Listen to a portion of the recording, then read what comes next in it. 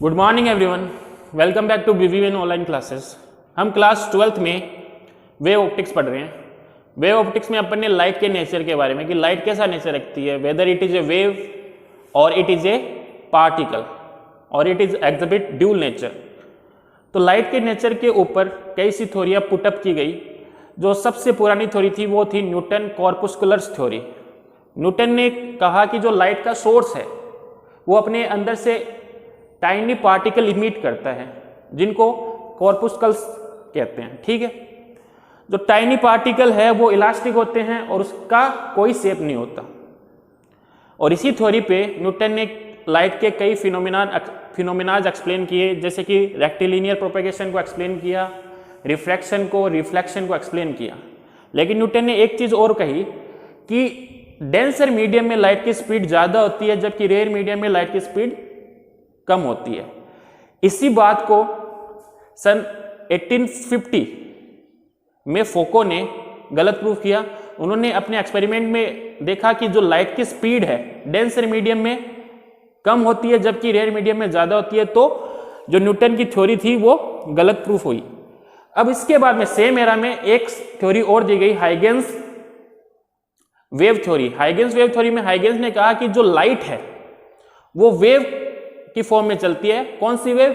Longitudinal mechanical wave. अब ये mechanical wave है तो इसको प्रोपेगेट होने के लिए मीडियम की जरूरत होगी। तो लोगों ने पूछा कि सन से जब अर्थ की तरफ लाइट आती है तो सन और अर्थ के बीच में कौन सा मीडियम है? तो उन्होंने एक मीडियम एज्यूम किया जिसका नाम है ईथर। तो ईथर मीडियम यूनिवर्स में फैला हुआ है तो उसी से लाइट प्रोपेगेट होती है। अब इस थ्योरी को अपन क्यों पढ़ रहे हैं? क्योंकि इसने कई लाइट के फिनोमेना को एक्सप्लेन किया है, जैसे लाइट के रेक्टिलिनियर प्रोपेगेशन को एक्सप्लेन किया, रिफ्लेक्शन को एक्सप्लेन किया, रिफ्रैक्शन को, डिफ्रैक्शन को, इंटरफेरेंस को, ये सारे को एक्सप्लेन किया। तो ये थ्योरी अपने लिए इंपॉर्टेंट है, तो अपने को इसको इसी चैप्टर में पढ़ना है। इसके जो रिफ्रैक्शन है, रिफ्लेक्शन है, इससे अपन प्रूफ कर सकते हैं और इंटरफेरेंस, डिफ्रैक्शन को भी इस थ्योरी से अपन पढ़ेंगे।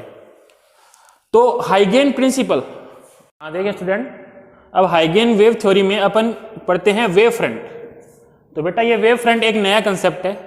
तो वेव फ्रंट क्या होता है? A wave front is defined as the continuous locus of all such particles of the medium which are vibrating in the same phase at any instant. कि वेव फ्रंट क्या होता है कि एक प्लेन होता है मीडियम में, उस प्लेन में मीडियम के जितने भी पार्टिकल होंगे वो सेम फेज में वाइब्रेट करेंगे। मीडियम में एक प्लेन होता है या एक लोकस होता है, इस लोकस पे जितने भी पार्टिकल होंगे मीडियम के वो सेम फेज में वाइब्रेट करेंगे। उसी को अपन क्या बोलते हैं बेटा? Wave front. ये हाइगेन ने अज्यूम किया कि एक वेव फ्रंट, जो सोर्स से लाइट निकलती है वो वेव की फॉर्म में निकलती है, लेकिन अपने को दिखेगी कैसे? वेव फ्रंट, है ना। जैसे अपन शांत पानी में पत्थर मारते हैं तो उसके चारों तरफ रिपल निकलते हैं, कंसेंट्रिक सर्कल्स निकलते हैं, उन्हीं को अपन वेव फ्रंट बोलते हैं। जैसे ये अपना पॉइंट सोर्स है, ठीक है। अब पॉइंट सोर्स से वेव निकलेगी। वेव, अब जो वेव है वो कैसी वेव है? हाइगेन ने जो वेव मानी थी वो कैसी वेव मानी थी? Mechanical wave. और मैकेनिकल वेव को क्या चाहिए? मीडियम चाहिए, ठीक है। तो मैकेनिकल वेव क्या होती है कि पॉइंट के ऊपर जो सोर्स है उसके ऊपर जो पॉइंट है उसके अंदर पहले डिस्टरबेंस पैदा होगा, वो disturbance point two point hand over होता हुआ आगे प्रोपेगेट हो जाएगा। तो यहां पे इस सोर्स पे जो पॉइंट है, क्योंकि वेव कौन सी है? मैकेनिकल वेव है, तो इस सोर्स पे जो पॉइंट है या जो पार्टिकल है वो उसके अंदर डिस्टरबेंस होगा और वो disturbance particle to particle hand over होता हुआ आगे प्रोपेगेट होगा।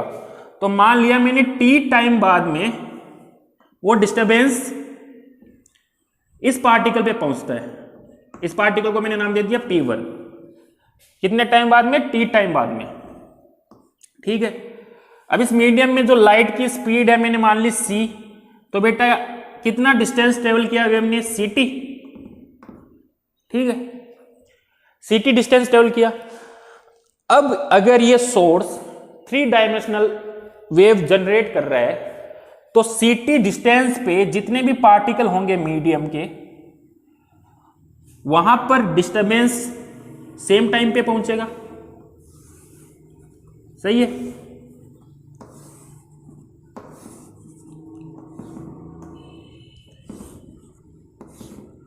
ct डिस्टेंस पे जितने भी मीडियम के पार्टिकल है वहां पे जो डिस्टरबेंस है वो सेम टाइम पे पहुंचेगा, या कह सकते हैं कि सेम टाइम पे ये पार्टिकल एक साथ ऑसिलेट करेंगे, एक साथ वाइब्रेट करेंगे, या कह सकते हैं कि सेम फेज जो वाइब्रेशन है वो सेम फेज का होगा। और अगर इन पॉइंट को अपन कनेक्ट करेंगे तो एक बेटा प्लेन बनेगा, उसी प्लेन को अपन कहेंगे वेव फ्रंट, उसी प्लेन को अपन कहेंगे वेव फ्रंट।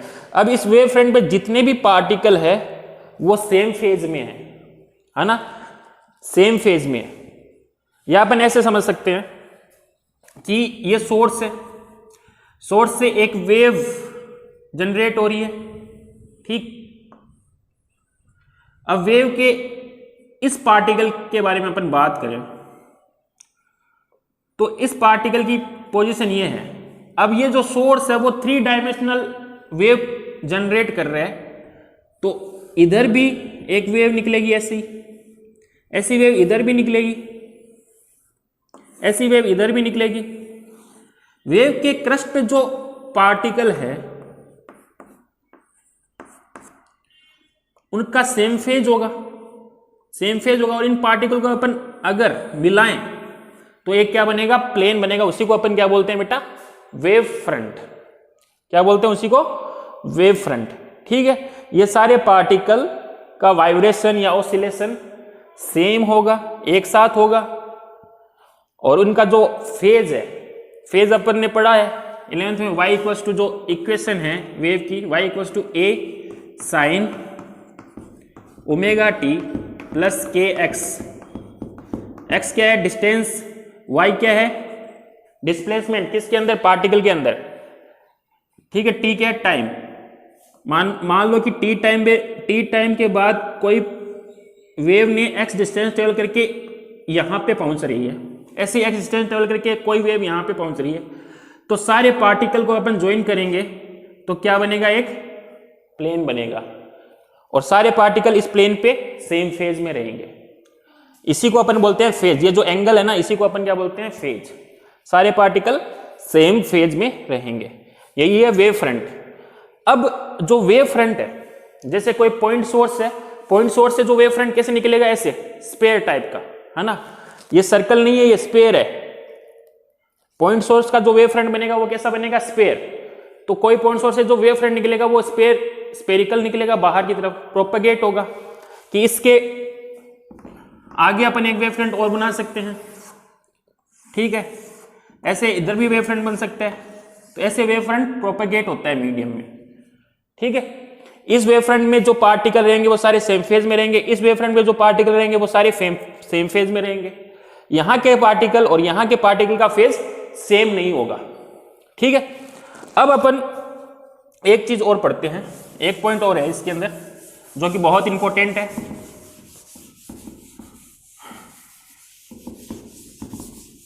वो ये है कि पॉइंट सोर्स है, इससे जो चारों तरफ क्या निकलेगा, एक वेव फ्रंट निकलेगा। कौन सा wave front, spherical wave front, ठीक है। तो बेटा वेव कहां है, क्योंकि हाइगन ने तो बोला था कि लाइट वेव की फॉर्म में निकलती है, तो वेव इस वेव फ्रंट के परपेंडिकुलर प्रोपेगेट होती है, परपेंडिकुलर डायरेक्शन में प्रोपेगेट होती है। ये पॉइंट आपको ध्यान रखना कि जो वेव है, वेव की जो डायरेक्शन है वो वेव फ्रंट के परपेंडिकुलर होगी। जो वेव की डायरेक्शन है वो वेव फ्रंट के परपेंडिकुलर होगी,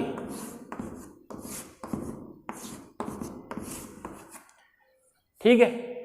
तो ये वेव फ्रंट हो गया, और वेव जो रे है या जो वेव, उसकी डायरेक्शन वेव फ्रंट के परपेंडिकुलर होगी। तो ये लिखा हुआ है, an arrow draw perpendicular to wave front in the direction of propagation of a wave is called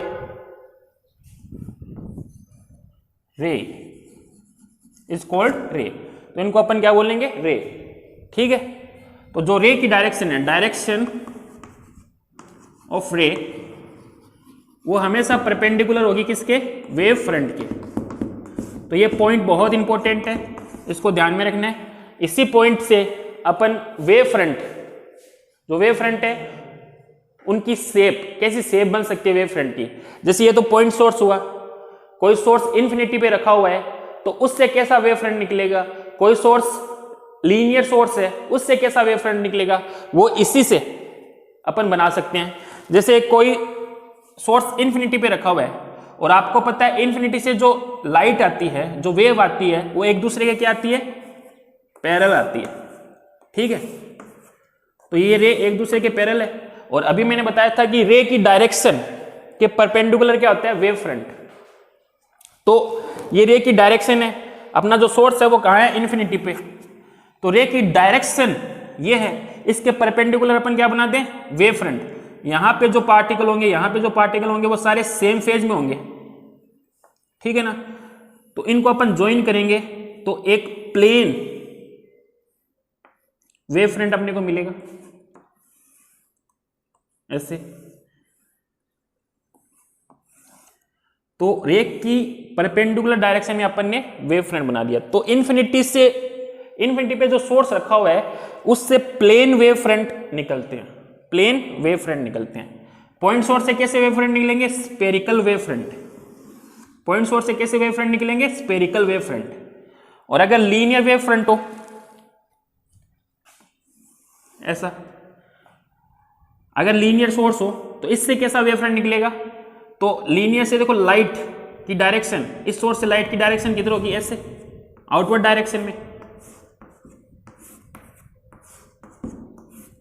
ये सारा 3D में है। तो इन पॉइंट को अपन ज्वाइन करें, ये एक लीनियर सोर्स है और लीनियर सोर्स से जो लाइट की डायरेक्शन होगी वो बाहर की तरफ होगी, बाहर निकलेगी, है ना, 3 डायमेंशनल लाइट। ठीक है, 3 डायमेंशनल रे बाहर की तरफ निकलेगी। और अगर मेरे को वेव फ्रंट बनाना है तो लाइट के रे के परपेंडिकुलर बनाना है, डायरेक्शन ऑफ रे के परपेंडिकुलर वेव फ्रंट बनाना है। तो इनके परपेंडिकुलर अपन वेव फ्रंट बनाएंगे तो कैसा वेव फ्रंट मिलेगा अपने को, सिलेंड्रिकल वेव फ्रंट। कैसा वेव फ्रंट मिलेगा, सिलेंड्रिकल वेव फ्रंट। तो ध्यान में रखना कि पॉइंट सोर्स से कैसा वेव फ्रंट निकलता है, स्फेरिकल। अगर सोर्स इन्फिनिटी पे हो तो कैसा वेव फ्रंट निकलेगा, प्लेन वेव फ्रंट। और लीनियर सोर्स हो तो उससे वेव फ्रंट कैसा निकलता है, सिलेंड्रिकल वेव फ्रंट, है ना। ऐसे वेव फ्रंट आगे प्रोपेगेट होता जाएगा ऐसे। तो ये सिलेंड्रिकल वेव फ्रंट है। तो ये आज की क्लास में अपन ने वेव फ्रंट पढ़ा। नेक्स्ट क्लास में हाइगेन प्रिंसिपल पढ़ेंगे और उसके बाद अपन लाइट का जो रिफ्रैक्शन है और रिफ्लेक्शन है उनको प्रूफ करेंगे।